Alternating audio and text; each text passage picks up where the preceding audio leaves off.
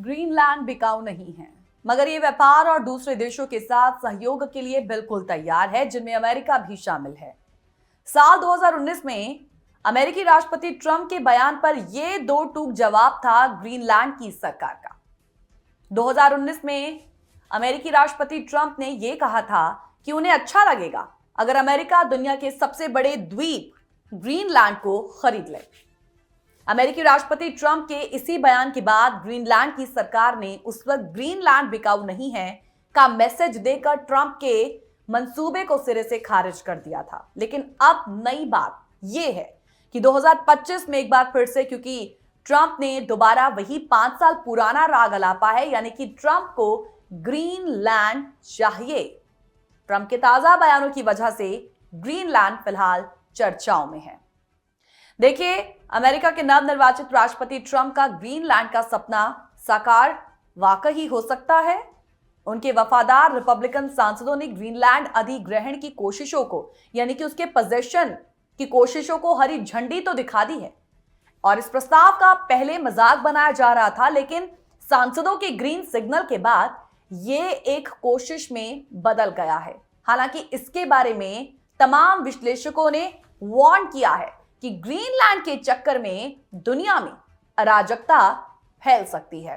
तो सवाल यह है कि ट्रंप कैसे हासिल करेंगे ग्रीनलैंड। देखिए, प्रपोज्ड बिल में यह कहा गया है कि संयुक्त राज्य अमेरिका के ग्रीनलैंड अधिग्रहण के संबंध में डेनमार्क के साथ समझौता होने के बाद राष्ट्रपति को 5 दिन के अंदर सभी संबंधित सामग्रियों सहित उस एग्रीमेंट को कांग्रेस समितियों को भेजेंगे। उस रिपोर्ट में यह बताया गया है कि ट्रंप को ग्रीनलैंड की खरीद के लिए सांसदों के अप्रूवल की जरूरत होगी, क्योंकि पैसे का कंट्रोल कांग्रेस के पास है और ग्रीनलैंड को हासिल करने के लिए पैसे को पहले प्रतिनिधि सभा की ओर से विनियोजित किया जाना चाहिए और सीनेट में अप्रूव किया जाना चाहिए। Make Greenland great again act नाम के इस बिल को, इस विधेयक को टेनेसी के कांग्रेसी एंडी ऑल्स ने पेश किया और 10 अन्य रिपब्लिकन सांसदों ने इसका समर्थन किया।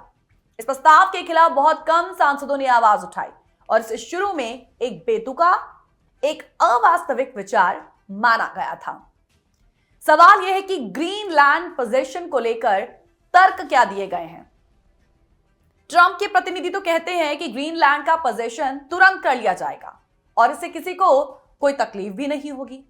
इससे अमेरिकी इकोनॉमी को बढ़ावा मिलेगा और साथ ही ट्रंप समर्थक डेनमार्क के उन बयानों की ओर भी इशारा कर रहे हैं जिसमें अमेरिका के साथ बातचीत की मांग की गई है। ग्रीनलैंड पर देखिए 1700 से ही डेनमार्क का कंट्रोल है।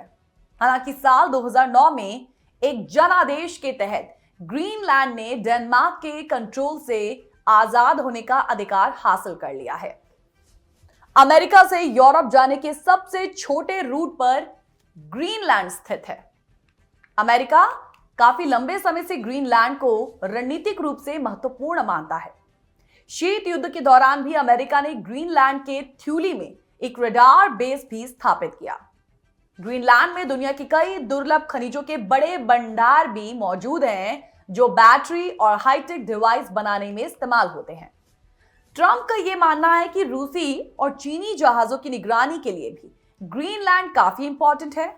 जब हम इसके एरिया की बात करें तो ग्रीनलैंड का कुल क्षेत्रफल 21.6 लाख वर्ग किलोमीटर है और इसका 80% हिस्सा बर्फ की चादर से ढका हुआ है और यहाँ के लोग हमेशा अंधेरे में उत्तरी रोशनी के नीचे बर्फ पर सील का शिकार करते हुए क्रूर ठंडी सर्दियां बिताते हैं। इसके बारे में तो आप जान ही रहे हैं। थोड़ा और ब्रीफली आपको बताते हैं कि ग्रीनलैंड क्या है। आइए समझते हैं। दरअसल आर्कटिक और नॉर्थ अटलांटिक महासागरों के बीच बसे इस आइलैंड की खोज 10वीं सदी में हुई, जिसके बाद यहां यूरोपीय कॉलोनी बसाने की कोशिश की गई, लेकिन वहां के हालात इतने मुश्किल थे कि कब्जा छोड़ दिया गया और बाद में लगभग 14वीं सदी के आसपास यहां डेनमार्क और नॉर्वे का एक संघ बना जो इस पर संयुक्त रूप से राज करने लगा। विस्तार के मामले में दुनिया के 12वें सबसे बड़े देश की आबादी लगभग 60,000 है। इनमें स्थानीय आबादी को इनुवेट कहते हैं, जो डेनिश भाषा ही बोलते हैं, लेकिन इनका कल्चर डेनमार्क से अलग है। बर्फ और चट्टानों से भरे इस देश में आय का खास जरिया नहीं, सिवाय सैलानियों के। शीत युद्ध के दौरान इसका रणनीतिक महत्व एकदम से उभरकर सामने आया है। अमेरिका ने तब यहां अपना एयरबेस बना लिया ताकि पड़ोसियों पर नजर रखने में आसानी हो। बता दें कि ग्रीनलैंड जहां बसा है, वहां से यूएस, रूस, चीन और यहां तक कि उत्तर कोरिया से आ रही किसी भी मिसाइल एक्टिविटी पर न केवल नजर रख सकता है, बल्कि उसे रोक भी सकता है। तो इसी तरह से वो यहां से एशिया या यूरोप में मिसाइलें भेज भी सकता है। और दूसरा रीजन ये है कि ग्रीनलैंड मिनरल रिच कंट्री है। ग्लोबल वार्मिंग के कारण जैसे जैसे आर्कटिक की बर्फ पिघलती जा रही है, वैसे वैसे यहाँ के खनिज और एनर्जी रिसोर्सेज की माइनिंग भी बढ़ रही है। यहाँ वे सारे खनिज हैं जो मोबाइल फोन और इलेक्ट्रिक वाहनों के साथ हथियारों में इस्तेमाल होते हैं। फिलहाल चीन इन मिनरल्स का बड़ा सप्लायर है और अमेरिका इस कतार में सबसे आगे रहना चाहता है। तो वजह आप समझ सकते हैं कि क्यों ग्रीनलैंड खास है और क्यों ट्रंप बार बार ग्रीनलैंड का करते हैं जिक्र। सवाल यह है कि क्या ग्रीनलैंड को आजादी की कीमत चुकानी होगी अगर वाकई वो अमेरिका का एक हिस्सा बन जाता है। देखिए, डेनमार्क का क्योंकि कंट्रोल रहा है और ऐसे में वहां से आजादी लेने पर ग्रीनलैंड को वित्तीय कीमत चुकानी पड़ सकती है। ग्रीनलैंड को कोपेनहेगन से हर साल अपनी जीडीपी का लगभग 5वां हिस्सा सब्सिडी के रूप में मिलता है। तो माना अब ये जा रहा है कि ग्रीनलैंड सहयोग के लिए अमेरिका और डेनमार्क के साथ फिलहाल बातचीत करेगा। ये जो पूरी कहानी हमने आपके समक्ष रखी, इस पूरी कहानी के बीच एक इंपॉर्टेंट पहलू है जिसे अनदेखा किया जा रहा है। लोग स्वतंत्रता चाहते हैं, लेकिन किसी भी कीमत पर नहीं। जीवन स्तर बनाए रखना जरूरी है, व्यापार बनाए रखना जरूरी है, जीवन जीने के तरीके बनाए रखना जरूरी है। उम्मीद है कि ग्रीनलैंड में भविष्य में स्वतंत्रता के पक्ष में वोटिंग होगी और डेनमार्क उसको स्वीकार करेगा। ग्रीनलैंड की स्वतंत्रता पर बहस और अमेरिका से हालिया घोषणाएं क्या दर्शाती हैं? यही कि ग्रीनलैंड में भारी दिलचस्पी है।